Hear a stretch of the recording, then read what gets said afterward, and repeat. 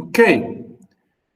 Now, the play, as I said here, where we stopped last time, it's the moment really which could be seen as the climax of this play, where Mrs. Keeney was really, in a way, wildly begging her husband to go back home because she said, it's killing me and it's driving me crazy being here at the sea, and the loneliness and the misery, the cold, the ice, and everything she, of course, said. She believes that she's been driven to really, in a way, to madness. And she said that clearly. And of course, Mr. Keeney, as we know, the main theme and the main idea in this play is really determinism and the free will. And I will show you here, I will share with you a minute here. You can see, let me share to show you one really main idea, or if you like, here, a main article really written about that. And you can see it here. It's in O'Neill website.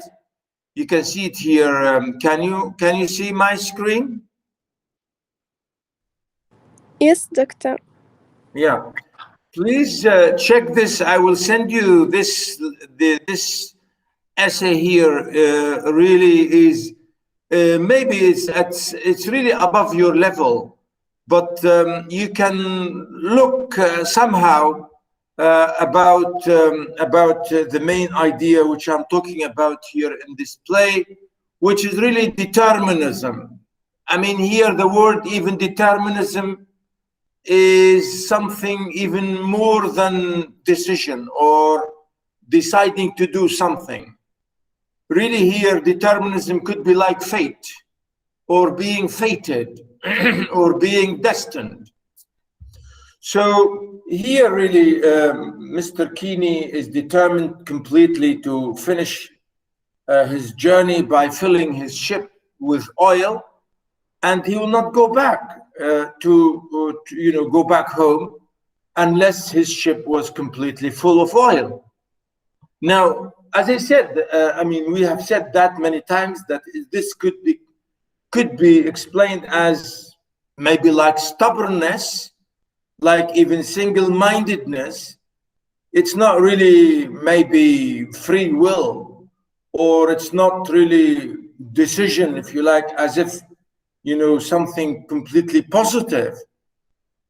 So the idea really here that he gave in, he accepted, he surrendered to go back, of course, to reject, maybe to submit to his wife's feelings and urges, because she said, I'm dying and I want to go back home. So, this is a long essay. You can see it here. I can show you that. It's a bit long, but it's really interesting to look at because it's such an influential. Of course, it's not only in this play, but in other plays here. This idea about determinism is discussing O'Neill in general, not just in this play. But I found it here, for example, you can see the question really is very clearly shown, if you like, about, David Keeney as a strong, really man of, as we know, as a captain and so on. So here, this is a big, maybe topic for people for you maybe to look at, but it's really interesting to see how I'm really connecting this idea of determinism, or like fate, or like destiny, being fated or destined, or, you know, sort of unconsciously controlled, or like something, you know, here we see even fatalism, you know, something to do with being fatal, or, you know, again here, fated or destined. And here the comparison and contrast between being fated or being determined or being destined or being controlled, in contrast to free will, which is your decision. Now, this theme is very important everywhere in O'Neill's really writing here. And as you can see, the title here, Eugene O'Neill as a general sort of topic here, a critical study. This is about O'Neill in general, not only this play here, it's only a tiny example. So this would be an interesting reference for you if you want to use this as a reference later on. You can check it online. You can see it here, eo'neill.com. You can see it, eo'neill.com. And I think you'll find that everywhere. And you can see here the really the link. If you want, I can send you the link later if you don't find it.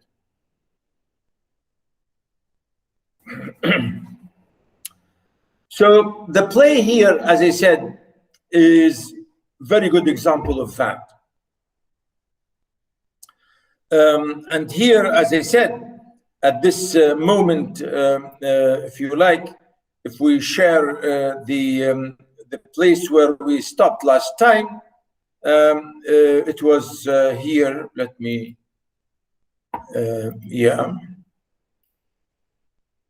Yeah, so here, this is the last speech where I think I was reading for you when finally, you know, Mrs. Keeney was begging her husband to go back, and he said, okay. Notice, Mrs. Keeney again, then do this once for me, sorry, for my sake, for God's sake, take me home.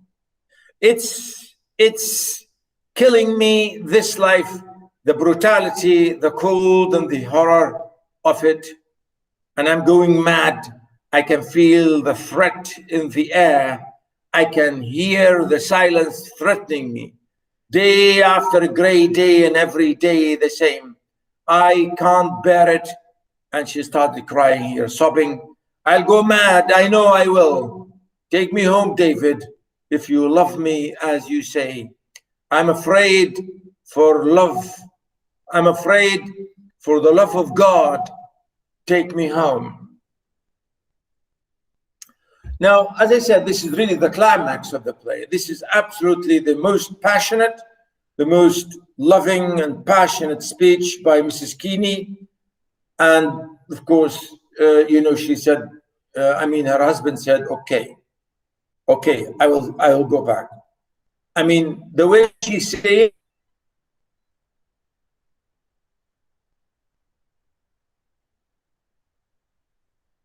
this, you know, she's begging him because she's really feeling very, very, very homesick, very nearly crazy.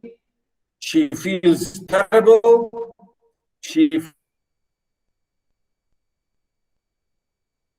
And I want to go back. You know, this life to me, this is not a life. As you can see, the brutality, the cold, the horror, you know, everything to her is absolutely miserable, horrible. Do you believe her? I think I believe her. I really think I believe her. She is, you know, very emotional. She's not saying this just like that. She is honest about it. She's feeling absolutely emotional and nearly her nerves are breaking. Completely, she has lost her nerves and she's going mad, she said. Maybe you say, well, maybe she's not. Maybe she's saying this just for, you know, to convince him. Maybe she's acting. Maybe she's overdoing this. Maybe you know, reacting or whatever. Maybe. But I think I believe her. Here, we are not deep down in her heart to know whether she's really honest or not, you know, but the feeling about it, the reasons and all this, I think they are genuine reasons, and we believe those reasons. And that's why she said, I can feel the threat in the air, meaning I really feel now that I'm nearly I'm nearly driving towards being crazy. And as if to say that everything around me really means that I'm going to go mad. The silence, she said, the silence and the terrible weather, she said, day after day after day, every day the same, the routine, the monotony, the absolute monotony, the dead silence. Yeah, I mean, I think all this can drive anybody mad. I think this can drive anybody mad. And that's why I really think I believe her. And when she said, I can't bear it, you know, I will go mad, I know I will.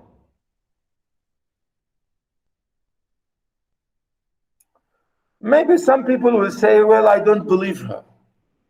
Yeah, I mean, yeah, I know that there are people who would say this, but I think I do, because she's very emotional and honest, and she's not doing it as acting or something. Why should she? Why should she? You know, she loves her husband and she came deliberately to be with him. So she should not act. But you see, she had no idea that this is going to be the case. So yes, maybe she has done a mistake by coming. Maybe yes. She has done a mistake by accepting. Yes. It was her mistake. Yes. But now she realized that it was terrible to have come. It was terrible to have come. Okay. But I believe her. I believe that she's saying, I'm going home, because if I don't go home, I'll go mad. You know, and that's why she said the last thing, if you really love me, please take me back home. And if she said, even if you don't love me again, you know, for the love of God, please, you know, if you really love God, then take me home. Well, I mean, any man who listens to this, of course, would say, okay, wife, okay, I'll take you, right? And notice here, she throws her arms around him, weeping against his shoulder. His face betrays the tremendous struggle going on with him. So notice the psychology here, where she touched him and she hugged him and she wanted to move him to say, come on, please, I'm your wife, please take me home. Of course, he would feel emotional and he would listen. So that's why he holds her. You can notice here, he holds her out at arm's length. His expression,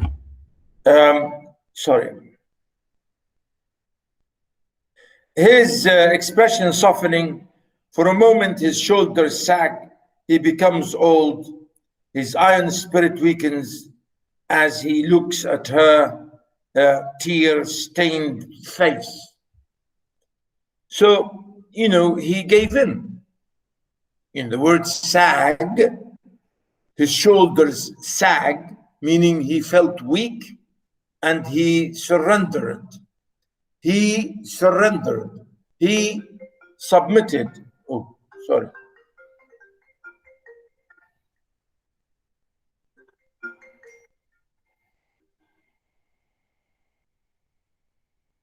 So really the idea is quite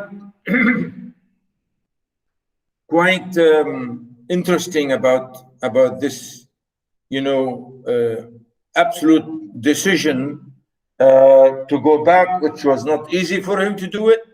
But as I said, being a husband, being a good man, being strong, etc., etc., he decided, okay, I'll do it.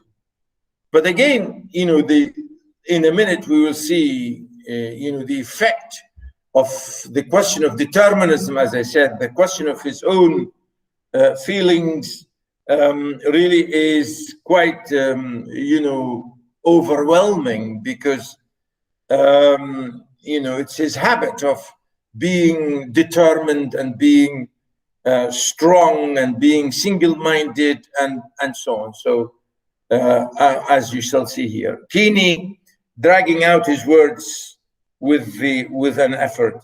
I'll do it, Annie, for your sake, if you say it's needful for you. Mrs. Keeney, with wild joy, kissing him. God bless you for that, David. He turns away from her silently and walks towards the companionway. Just at that moment, there is a clatter of footsteps on the stairs, and the second mate enters the cabin.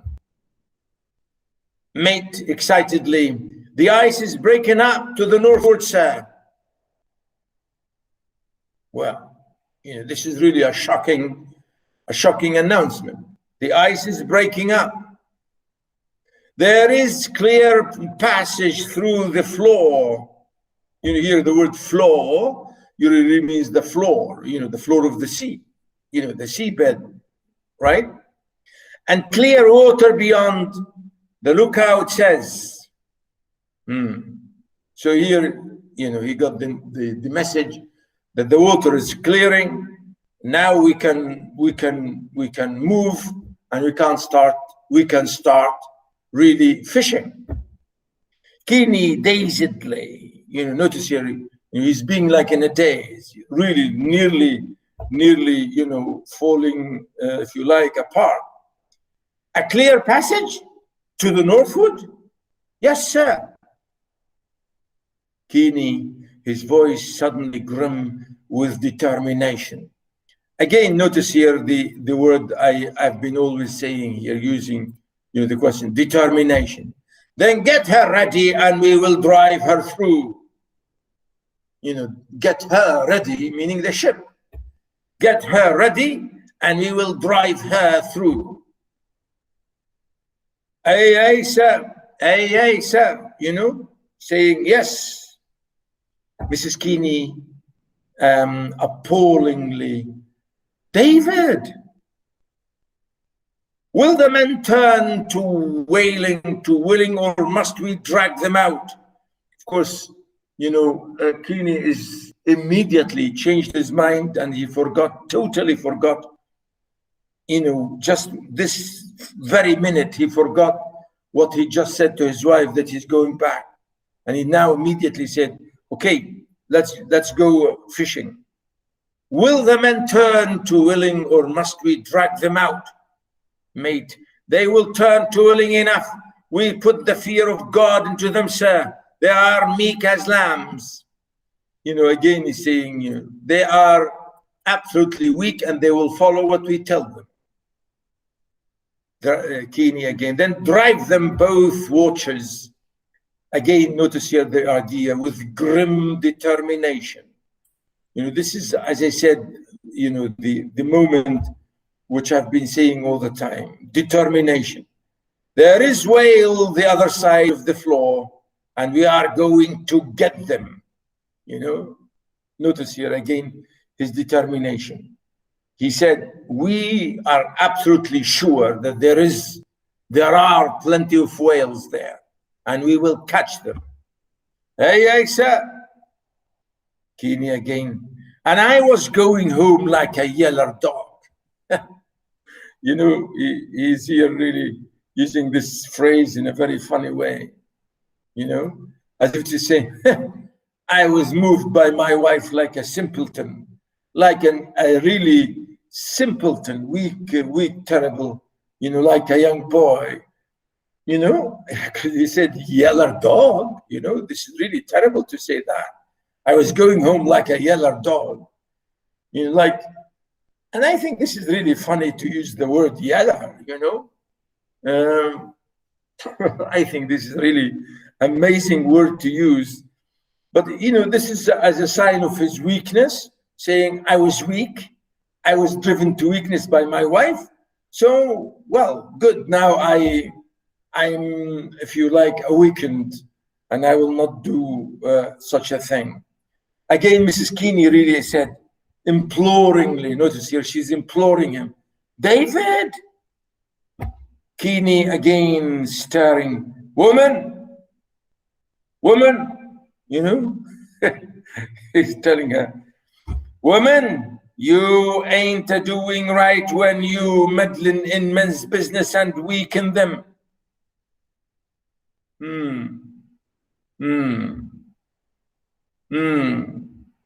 Yeah. What's that? Ala, where are you, Ala? Good morning. Yes, doctor, I'm here. Yeah, what do you think of this?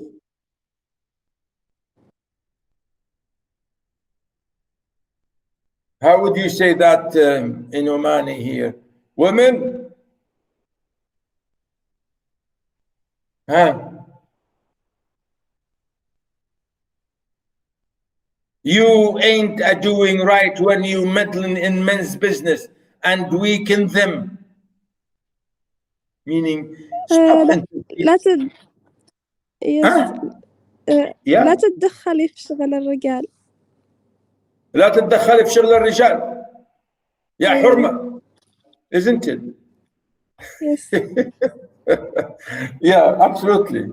Absolutely. You are interfering in men's business.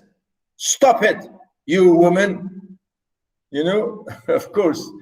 Look at him now, immediately strongly switched into becoming now back again, being strong. Of course, really, this is his choice because this is his real nature. Really, this is his real nature. Say, don't do that to me. You are weakening me. You can't know my feelings. I got to prove a man to be a good husband for you to take pride in. Oh, he said, I want to be the husband that you should be proud of. You know, I have to prove it to you that I am your man. I'm your husband. I want to prove to you that I am, you know, the man you should be proud of. I got to get the aisle, I tell you. And Mrs. Keeney, again, really in an absolutely, you know, surrendering way. Notice, supplicantingly, as if absolutely, you know, in complete surrender. David, aren't you going home? Keeney, ignoring this question, commanding, you ain't well, go and lay down. I might. A might means a minute, meaning you are not well enough. Okay, you may be sick a little bit. Maybe you are ill a little bit. Maybe you are dizzy a little bit. Go and get some sleep. Hey, go and lay down a mite. I got to get on deck. He goes out. She cries after him in anguish. David! Again, you know, she's shouting at him. A pause. She passes her hand across her eyes, then commences to laugh hysterically. And notice, really, this is the idea about, you know, being hysterics. And the question of really here, later on in psychoanalysis, we talk here about the discourse of if you like, you know, the hysteric discourse, or how people can be driven to being hysterics. And notice, she said, and goes to the organ. She sits down and starts to play wildly on an old hymn. Keeney re-enters from the doorway to the deck and stands looking at her angrily. He comes over and grabs her roughly by the shoulder. Keeney again saying to her, woman, what foolish mocking is this? She laughs wildly and he starts back from her in alarm. Annie, what is it? She does not answer him. Keeny's voice trembles. Don't you know me, Annie? He puts both hands on her shoulder and turns her round so that he can look into her eyes. She stares up at him with a stupid expression, a vague smile on her lips. He stumbles away from her, and she commences softly to play the organ again. Keeny swallowing hard in a hoarse whisper, as if he had difficulty in speaking. You said you was a going mad, God. Again, notice the way he said, you was. I mean, this is funny English, isn't it? You was. This is, his American speech, as if to say, you said you were going to go mad, and I don't believe you, maybe.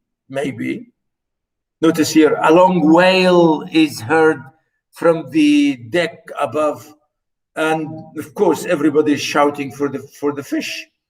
And a moment later, the mate face appears through the skyline.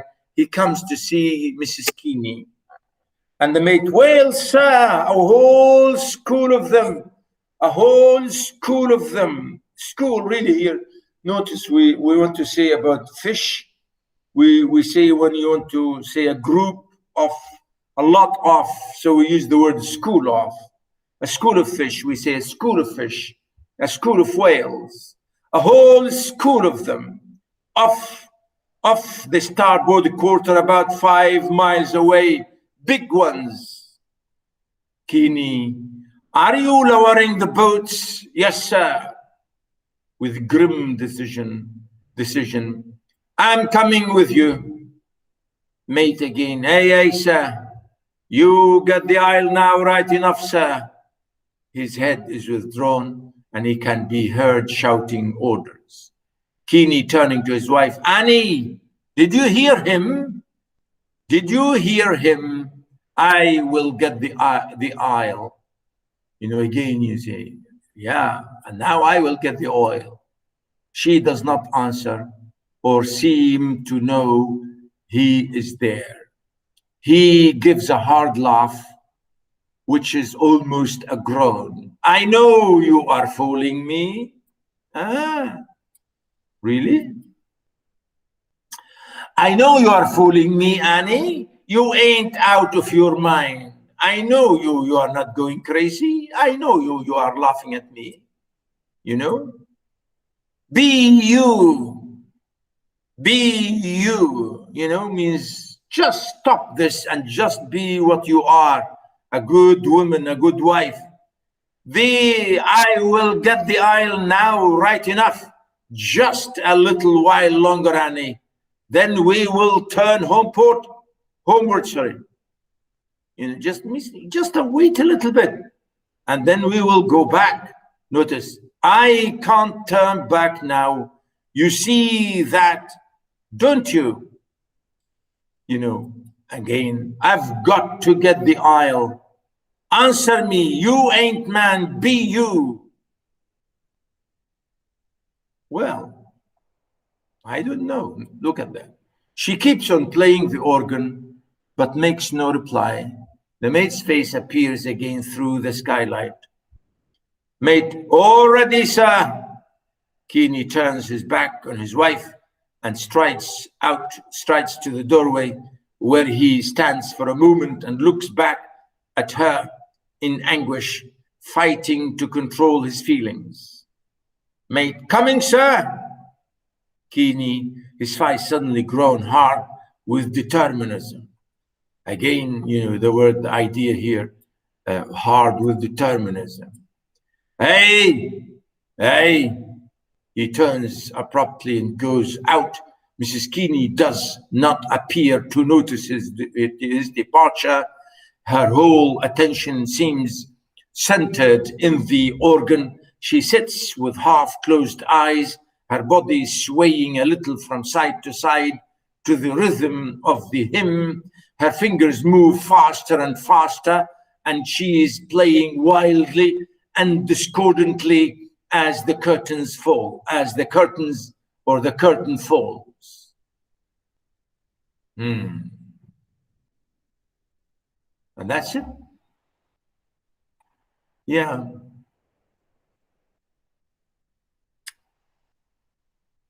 Ala, Yes, doctor. do you really believe her that she went mad? No. She was arguing with him, like, becoming mad is not that fast, I think. Very good, very good. Yeah, yeah. Anybody really believes that she's mad?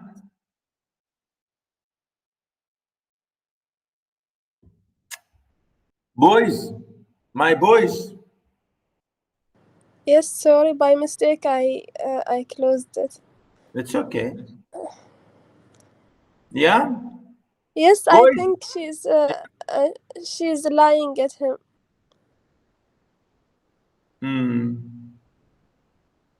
Is it a matter of lying, or it's really a matter of exaggerating, a bit exaggerating and being angry? It's not really a matter of lying, or it's really her anger, and more likely her anger and her impatience and her really passion and maybe compassion, if you like, and all that. Do you agree?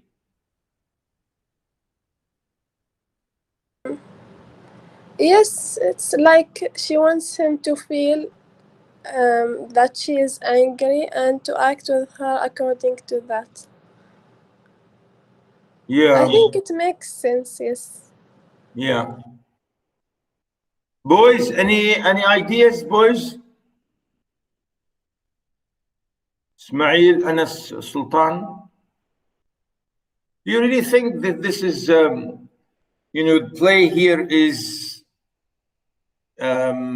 tragic in some sense? Do you think this is a tragedy, or how do you look at it? No, I don't think it's tragic. More of a drama. Yeah. Well, I mean, if we look at the hardships, at the difficulties, at the problems, if we believe Mrs. Keeney to be driven to madness, if we believe that really she is mad or she became mad, and the way she was doing it, because this is how the play finishes, telling us that she was completely out of her senses. If she really does go mad, then yeah, it's a tragedy.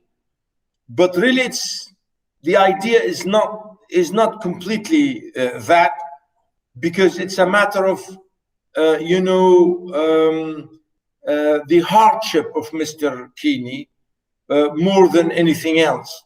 It's really maybe more melodramatic to some extent, and more if you like, serious business, rather than just really comedy. There's no comedy here. Really, it's not comic in any way, but rather it's really very, very sort of serious business about having to decide such an action, to fill his ship with oil and come back, and to protect his name and his reputation and so on and so forth. And he has the responsibility towards all these workers with him, that they will get their share of the money. Otherwise they will not get anything. So really the whole idea is contrasted here with the question of his strong character, his strong determinism, his strong attitude. And I think this is typical, if you like, typical, if you like, early, maybe 20th century, if you like, 20th century American character. Remember, this is American literature and American mentality about, having to work hard, and the value of working hard, and the value of being patient, and the value of being, determined at the end of the day to keep yourself, all the time in a strong position, and so on. And I think all these elements are really dramatized nicely through the character of Keeney. Keeney is very strong, in every sense. He's an amazing, strong man in every sense. He's not really, as we see, he's not inhuman. He is not inhuman. The idea, we've seen him, he was very human when he accepted to go back. But you see, as I said, it was just to show us that he is a man, he is a husband. He understands what his wife wants and he believes her. But at the end of the day, he said, no, I don't believe you are mad. Don't tell me you are mad. You are not mad, I know you. Now you are angry, maybe now you are crying, maybe now you look mad, maybe you are crazy at the moment, but you are not crazy. I don't believe you. And I think that's true. That's true. Sometimes wives can be driven to madness, but then they can come back to real life easily. So really the idea here, the idea is quite really interesting to see the ending here really in a very nice way. Now, this is really the end of this. If you want to discuss any question, if you like, you can ask and discuss anything you want. Okay.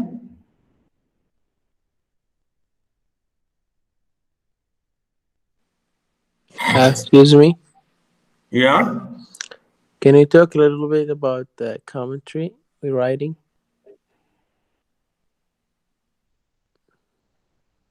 Can you talk about commentary? Yes. You mean in the exam? I mean the project we're doing. Oh, about the project? Yes. Yeah, well, yeah, for the term paper, as I said, I told you, I sent you some titles to choose from, or you can choose any other title you like. And really your project, your term paper should be like a prompt or a question or an argument. You have to ask yourself, like, for example, here I say, let's say, let's say here about this play, you say that this play is about Mr. Keeney's, strong character, or Mr. Keeney was more, let's say, Mr. Keeney was more a stubborn man than being, human or, caring as a husband or whatever. Just the idea that you have to give a question, to ask yourself a question, and then you have to answer that question in your term paper, not just talk about character or a plot or theme or whatever. That's not the idea. I want you to take, for example, a poem or a poet or a short story or anything we've done here. I don't prefer short stories, but you see, I want you to focus on our course.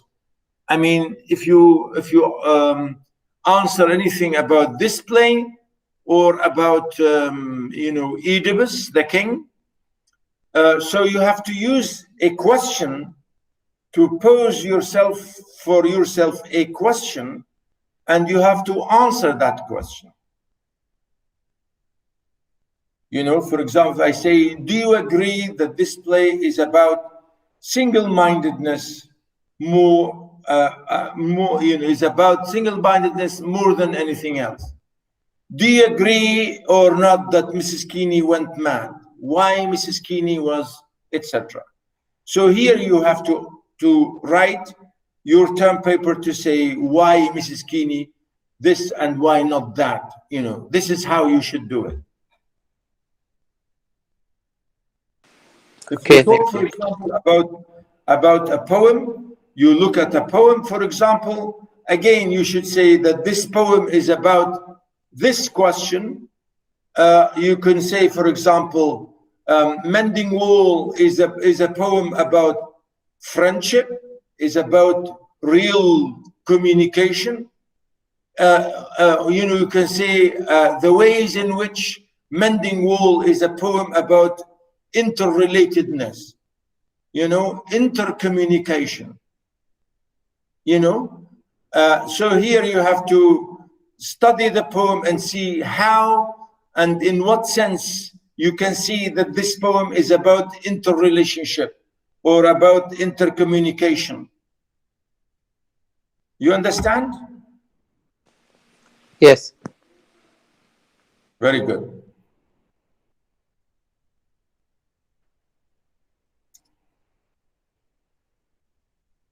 Yeah, any more questions? Because really, if you don't have any questions, I will stop here, because next time, next week, we will have the test.